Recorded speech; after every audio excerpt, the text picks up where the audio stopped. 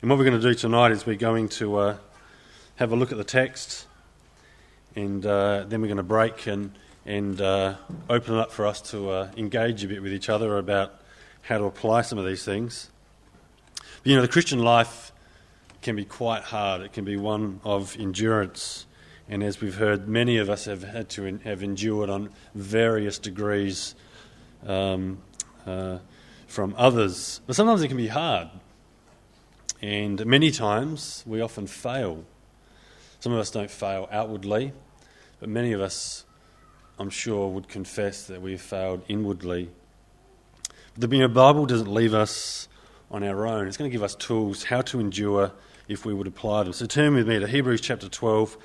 And the key word that I want you to pick out in this text is actually, in fact, endurance. Let's read verses 1. Therefore we also, since we are surrounded by such a great cloud of witnesses, this is talking about chapter 11, let us lay aside every weight and the sin which so easily ensnares us, and let us run with endurance or patience. Let us run with endurance the race that is set before us. The idea of endurance here is to remain under the challenge, to remain under the difficulty, to remain under the struggle. There's going to be obstacles, there's going to be problems, we're going to be weary, we're going to be tired, we're going to be distracted, but we're to remain under the challenge. We're to take it as God gives it to us, to stay in that place where he puts us, enduring whatever might come our way. But is that all he says? Or is there something missing? You might ask to the writer of Hebrews, but how do we do that? It's easier said than done. You don't know my life. You don't know the struggles that I have to go through. Can you give us some help? And he does in verses 2 and 3. Let's have a look. He says, looking unto Jesus, the author and finisher of our faith, who for the joy set before him endured the cross, despising the shame, and has sat down at the right hand of the throne of God. For consider him who endured such hostility from sinners against himself, lest you become weary and discouraged in your souls. The first point is this: endure this life of faith by keeping Jesus in the picture.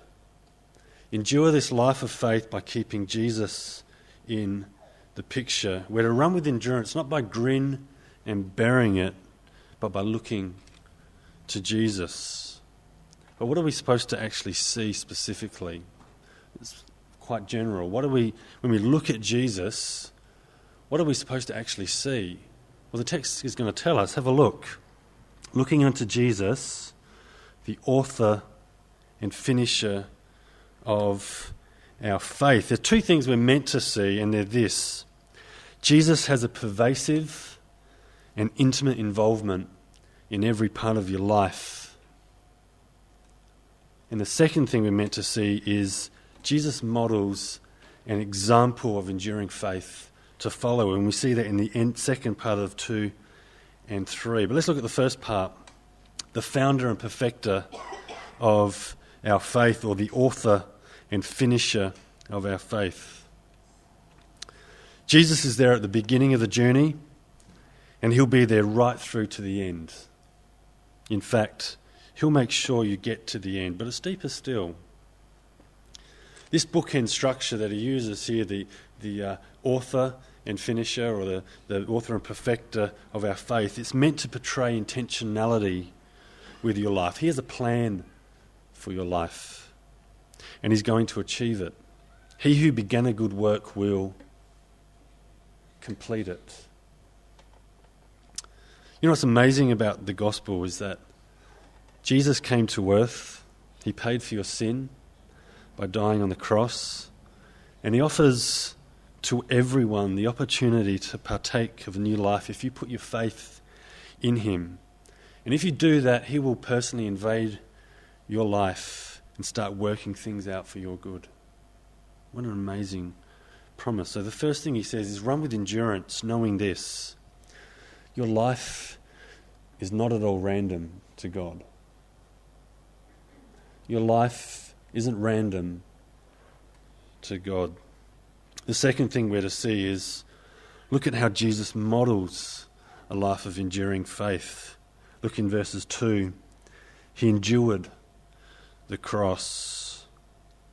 In verses 3, he endured hostility from others, despising the shame. But how did he do it? He did it by focusing on the promise of future joy, for the joy that was set before him. We heard an amazing testimony tonight by Ken and Sigrid, how they set their hope on something.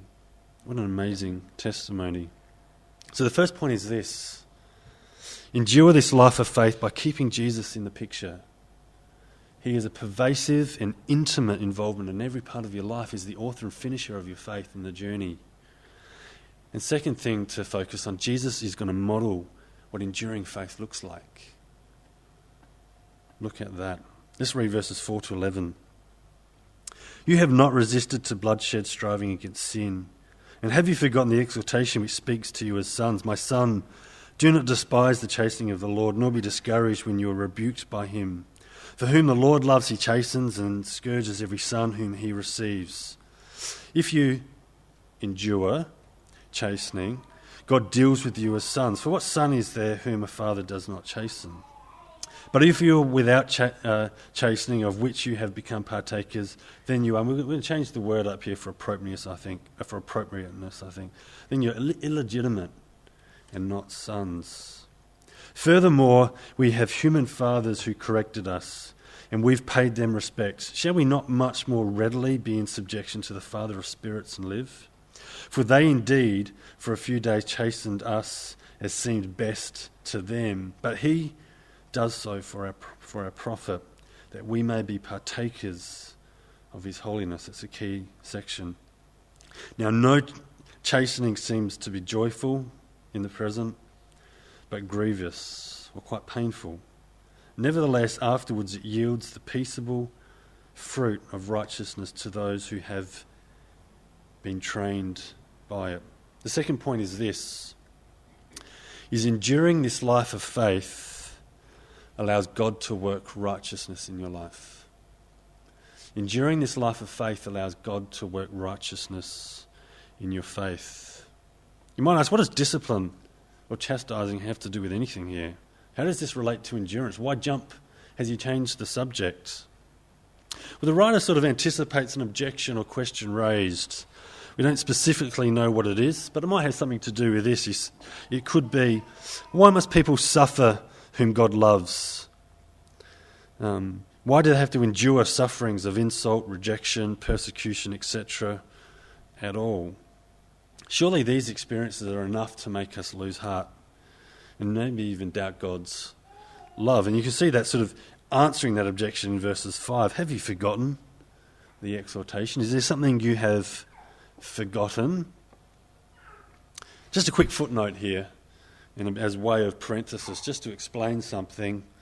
The tendency here is to take this whole idea of chastisement or discipline negatively, like we've done something wrong and God's giving us a spank. In fact, that's not exactly where he's taking us. The word discipline or chastisement here is the word where we get the word pedagogy from. You could say, Brett is skilled in the art of discipline, chastisement, or pedagogy. Interesting. Discipline sometimes involves rebuke and punishment, but it also involves the teaching, training, and nurturing that any loving teacher or parent would do to bring about maturity and development. And in fact, you get the exact same word used in Ephesians 6:4. Let me read it to you. Fathers, don't provoke your children to anger or to wrath, but positively bring them up in the... Does anyone know what the King James is? It's nurture and instruction of the Lord. The exact same word as discipline. The writer here is using discipline and trials here as an example to say that God is lovingly involved in every part of your life. Don't get discouraged in hardship. God has a desired goal behind all your trials. Endure all trials in faith, because if you do, you will grow and mature. James actually read out, interestingly enough, James chapter 1, 2-3. Thanks for reading that.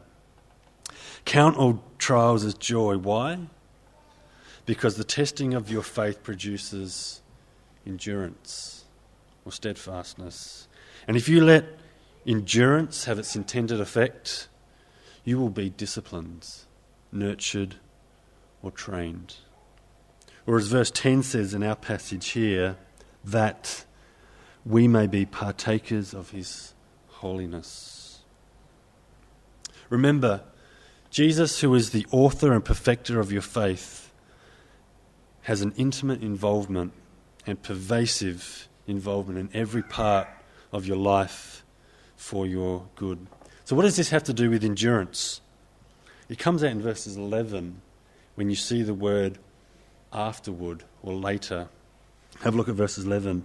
Now no chastising seems to be joyful for the present, but grievous or painful or uncomfortable. Nevertheless, afterward, it yields the peaceable fruit of righteousness to those who have been trained by it. I want you to get this. This is important.